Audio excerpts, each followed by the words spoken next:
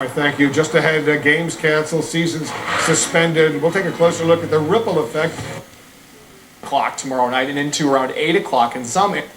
So, in home isolation after a teammate tested positive for COVID-19. And the wife of Canada's Prime Minister now showing symptoms after a trip to the UK. The Trudeaus now both in isolation, waiting for their results. And in the UK, a dark warning from Prime Minister Boris Johnson about what lies ahead. Many more families are going to lose loved ones before their time.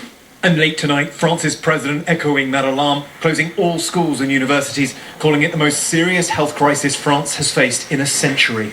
And so let's get to James Longman with us again tonight. He's from self-quarantine there in London. And as we've been reporting here for days now, it was suggested upon landing back in the UK after reporting from Italy 3 times for us. Authorities suggested to James that he's self-quarantined, so that's what he's doing.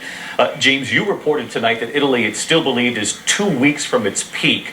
And these numbers were really telling. From the World Health Organization, it says that Italy has more hospital beds and doctors per capita than the U.S. does, and the U.S. is just beginning to deal with this. A bit of a warning sign, what we're seeing in Italy.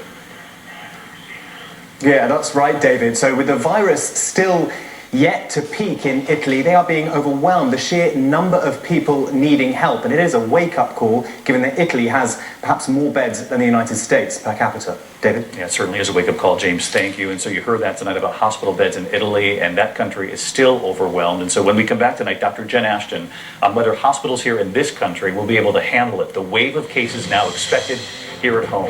And Dr. Jen, answering your questions, it is cold and flu season already. So how do you know when your symptoms could be coronavirus, when to call your doctor? We'll go down the list. We're also following